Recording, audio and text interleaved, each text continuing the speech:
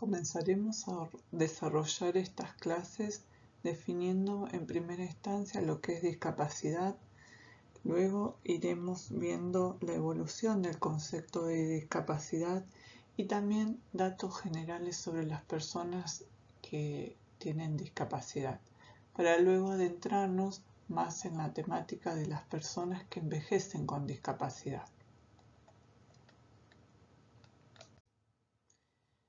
¿Qué es discapacidad?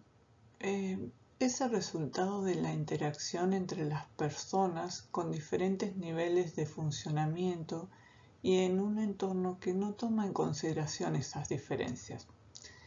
La discapacidad es parte del ciclo de vida de todas las personas, además de los déficits que pueden comprometer áreas físicas, sensoriales y mentales. En general, todos enfrentamos con condiciones discapacitantes en una sociedad que no está preparada para la diversidad.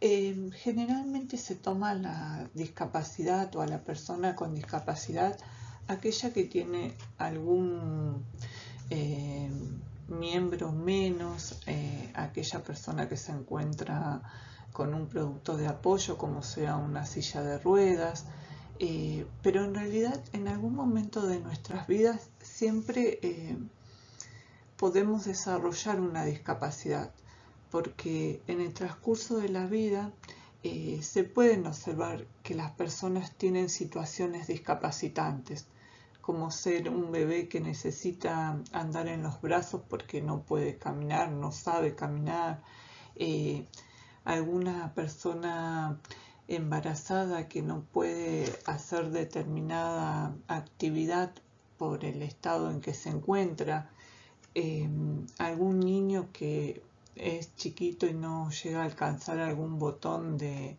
algún lugar o algún ascensor.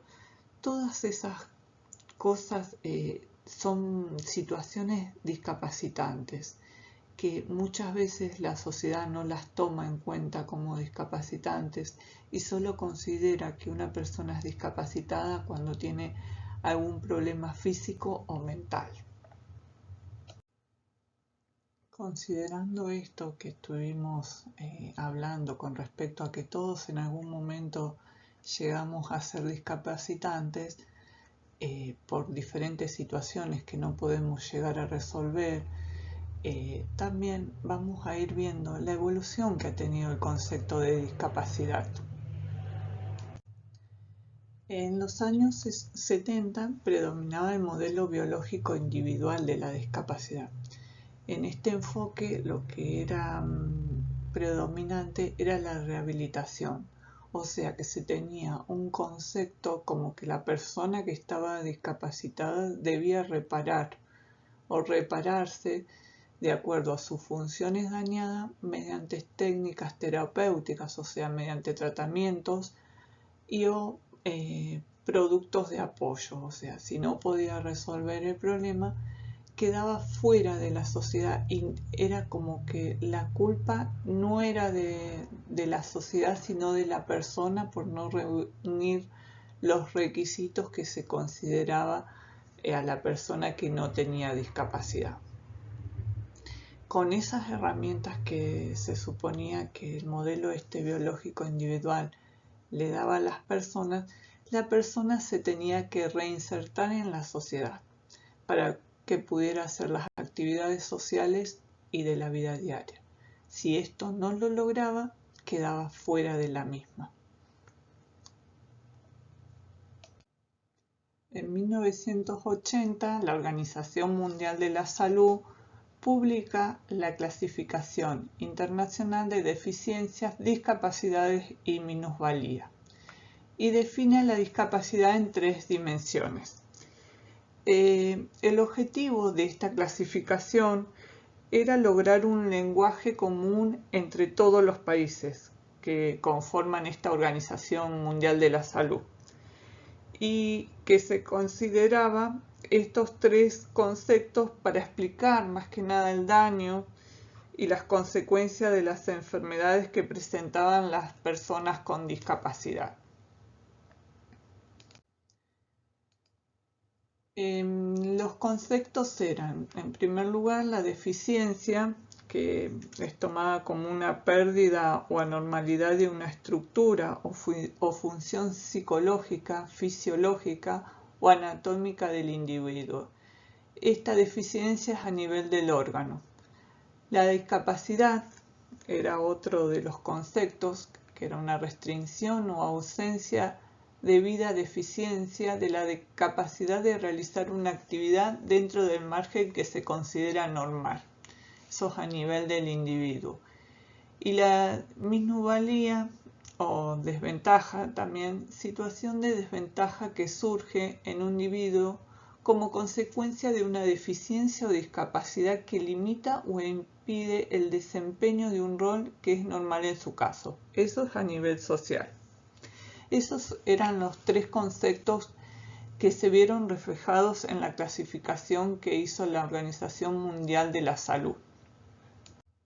Como les comenté, en los años 80 se hizo esa clasificación y básicamente era lo que se consideraba a la discapacidad como una dificultad de la persona, que era causado, esa dificultad surgía por una enfermedad, por un traumatismo o por cualquier otro problema que le surgiera de salud, y que era el tratamiento se lo tenía que hacer la persona y no importaba la adaptación del medio ni nada lo que estaba alrededor de la persona. La persona discapacitada se tenía que rehabilitar para después lograr insertarse en el ambiente. Si no lo lograba, quedaba excluido. Pero, ¿qué es lo que ha pasado en los últimos tiempos con respecto a ese paradigma donde la discapacidad era tomada como que la persona con discapacidad era el problema? ¿Ha surgido un cambio de paradigma? ¿Qué creen ustedes? En las últimas décadas sí fueron cambiando las causas de enfermedad, los tratamientos y también los aportes de la tecnología para disminuir sus consecuencias. En el año 2001, la Organización Mundial de la Salud elaboró la Clasificación Internacional del Funcionamiento de la Discapacidad y de la Salud. Y aquí van a hacer un nuevo enfoque, que es el enfoque de los derechos desde la perspectiva de los derechos humanos, donde aborda la discapacidad desde la perspectiva justamente de los derechos humanos.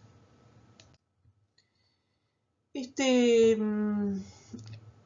paradigma lo que hace es tener en cuenta no solo la persona con discapacidad, no solo la persona sus estados de salud, sino que considera de forma principal el contexto en el que se desenvuelve la persona.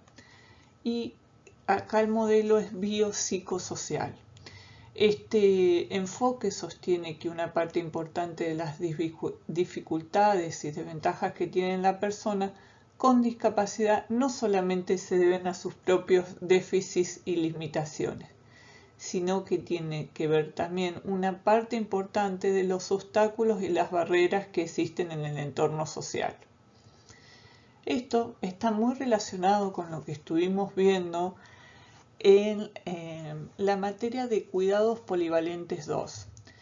Ahí estuvimos viendo todas las barreras arquitectónicas, de transporte, de comunicación, que se presentaban en el ambiente y la falta de adecuación que había en el entorno social para que una persona se desenvolviera.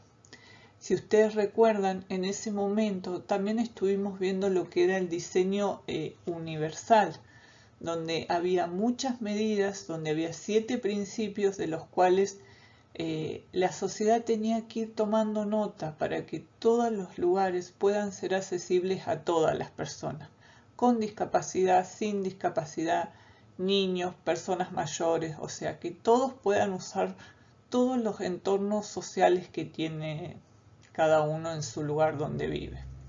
Si ustedes recuerdan también, dentro de esos facilitadores estaban estos facilitadores negativos que eran las barreras y todos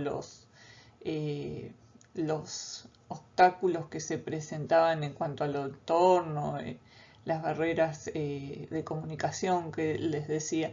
Y también había facilitadores positivos que eran los productos de apoyo en los cuales muchas veces las personas que presentan alguna dificultad pueden usarlo temporariamente. Como les dije anteriormente, el tema de ser discapacitado puede ser por algún órgano que nos falte o algún problema, pero también uno en algún momento en alguna situación también puede ser una persona discapacitada sin presentar problemas de salud. Entonces es importante el diseño universal, el poder tener todas las cosas para que todas las personas lo puedan usar. Entonces este enfoque lo que toma en cuenta es desde la perspectiva de los derechos humanos y a partir de la participación de las propias personas con discapacidad es que el enfoque de esta temática se actualiza y se enriquece al pensarse desde la perspectiva de los derechos humanos. Como les estaba diciendo esto de la perspectiva de los derechos humanos y de la importancia de que todas las personas puedan estar dentro de este enfoque y no que la discapacidad sea tomada solamente desde las personas que tenían, como les decía, alguna discapacidad, porque en todo momento nosotros podemos presentar alguna situación donde no podamos resolver. Creo que el camino desde la perspectiva de los derechos humanos ha comenzado, pero falta mucho todavía y creo que falta mucha concientización, pero si de a poco vamos interiorizándonos en las temáticas, podemos ir cambiando aunque sea un poquito la realidad. Bueno, y ahora nos adentraremos a lo que son los datos de población con discapacidad. Simplemente les voy a hacer un pequeño bosquejo para que tengan en cuenta todas las personas que hoy actualmente presentan el certificado único de discapacidad, a modo general.